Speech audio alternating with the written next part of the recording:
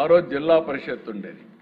ఆ రోజు చూస్తే అధ్యక్ష, ఎవరైనా జిల్లా పరిషత్ చైర్మన్ దగ్గరికి పొలం దగ్గరికి పోయి నన్ను ట్రాన్స్ఫర్ చేయమని అడిగితే ఇది చేస్తే ఆయన దగ్గర కాగితం ఉండేది కాదు, సిగరెట్ తాగే బ్యాక్ పేపర్ ఉండేది, దానిపైన ఆర్డర్ చేసి పంపించేవాడు. You can imagine. ఆ రోజు ఈ టీచర్స్ అంతా పంచాయతీరాజ్ టీచర్స్ జిల్లా పరిషత్ ఆధ్వర్యంలో ఉండేవాళ్ళు. జిల్లా పరిషత్ చైర్మన్లు, సమితి ప్రెసిడెంట్లు ఇష్టానుసారంగా వాళ్ళ ఇంటి దగ్గర పోయి పడిగాపులు కాసేవారు. అది చూస్తే నాకు అనిపించింది, చదువు చెప్పవలసిన టీచర్లు వేరే వాళ్ళ దగ్గర పోయి పడిగాపులు గాయడం ఏంటి? అందుకే ఫస్ట్ టైం అధ్యక్ష పర్ఫార్మెన్స్ అప్రైజల్ చేసి కౌన్సిలింగ్ విధానం తీసుకొచ్చి ఏ రాజకీయ నాయకుడి దగ్గరికి టీచర్ వచ్చే పని లేకుండా నేరుగా వాళ్ళ పనితనం పైన ట్రాన్స్ఫర్స్ తీసుకొచ్చారు. దీని నెక్స్ట్ లెవెల్కి ప్రస్తుత విద్యాశాఖ మంత్రి ఒక యాక్ట్ తీసుకొచ్చాడు. ఎందుకంటే అక్కడక్కడ వైలేషన్స్ అవుతున్నా, వీళ్ళు వైలేషన్ చేస్తే దాన్ని కూడా తీసుకొచ్చారని చెప్పి కూడా నేను మీకు తెలియజేస్తున్నా. ఇంకో పక్కన అధ్యక్ష, ఈరోజు మీరు ఒకసారి చూస్తే ఇవన్నీ కూడా ఈరోజు చేసిన నిర్ణయాలు కాదు అధ్యక్ష. గడిచిన 30 సంవత్సరాలుగా అనేక విధాలుగా అనేక ట్రాన్స్ఫర్మేషన్ తీసుకొచ్చాం. రెసిడెన్షియల్ స్కూల్స్ నాకు బాగా జ్ఞాపకం ఉంది. ఎందుకంటే పిల్లలు చదువుకోవాలి. కొన్నిసార్లు అయితే నన్ను వ్యతిరేకించిన సందర్భాలు కూడా ఉన్నాయి. ఈరోజు రెసిడెన్షియల్ స్కూల్స్లో ఎస్సీ ఎస్టీ పిల్లలకు బాగా చదివి చెప్తే ఐఐటి పోయే పరిస్థితికి వచ్చారు. దాన్ని మళ్ళీ డెడికేటెడ్ స్కూల్స్ పెట్టే పరిస్థితికి వచ్చాం. నా ఆలోచన ఈరోజు 5 లక్షల మంది ఎస్సీ ఎస్టీ బీసీ పిల్లలు ఉన్నారు.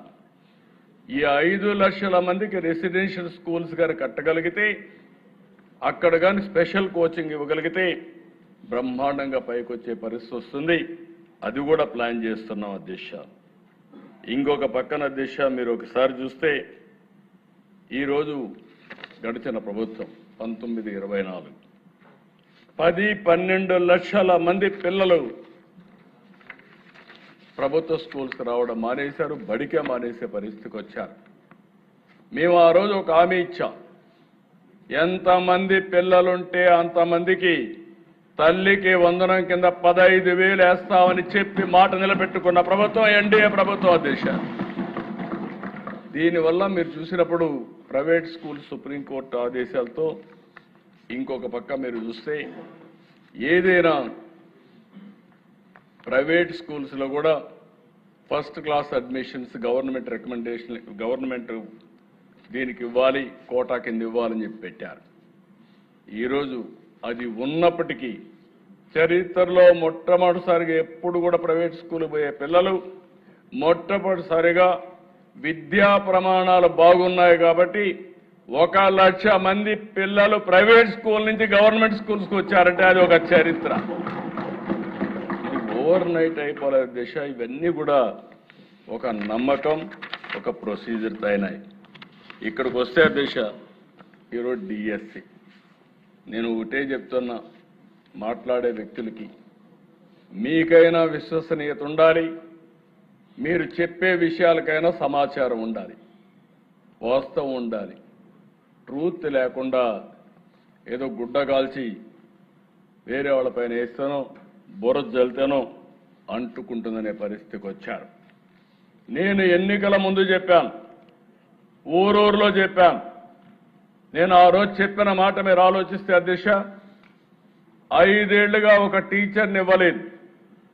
మీరందరూ ప్రిపేర్ అయ్యారు, చాలా నష్టపోయారు. అందుకే ఆనాటి ఎడ్యుకేషన్ మినిస్టర్ దగ్గరికి వచ్చి చెప్పినప్పుడు నా పాదయాత్రలో కూడా ఇవన్నీ చూశాను. నాకు బాధ ఉందంటే ఆ రోజు ఆయన్ని అడిగి ఎంతమంది ఉన్నారో ఎక్సర్సైజ్ చేయమన్నా. మెగా డిఎస్ఏ కింద 16,300 ఉద్యోగాలు ఇవ్వాల్సి వస్తుందని, 397 ఇవ్వాల్సి వస్తుందంటే క్యాబినెట్లో పెట్టి ఫస్ట్ సంతకం అధ్యక్ష ఎలక్షన్ మేనిఫెస్టోలో పెట్టాం. నేను, పవన్ కళ్యాణ్ గారు, అదే మరిగా బీజేపీ ముగ్గురం కలిసి ఎలక్షన్ మేనిఫెస్టో కూడా రిలీజ్ చేసి చెప్పిన మాట ప్రకారం మొదటి సంతకం పెట్టింది మెగా డిఎస్సి పైన పెట్టాను. పెట్టడమే కాదు, నేను టైం చెప్పాను. ఇది విశ్వసనీయతకు సంబంధించిన విషయం ఇమ్మీడియట్గా చేయమని. మొత్తం ఉద్యోగాల దిశ 16,347, వచ్చిన అప్లికేషన్లు 3,36,300 13 జిల్లాల్లో. ఫస్ట్ టైం చరిత్రలో 148 రోజుల్లో టోటల్ ప్రాసెస్ పూర్తి చేసే పరిస్థితికి వచ్చారు. ఇందులో కూడా మీరు చూసే దిశ ఈరోజు మనం మొత్తం ఇవన్నీ కూడా మీరు చూసినప్పుడు టెస్టులు కూడా ఆ ప్రాసెస్ అంతా కూడా ఇప్పుడే మినిస్టర్ గారే చూపించారు కాబట్టి నేను ఆ డీటెయిల్స్ పోవడం లేదు.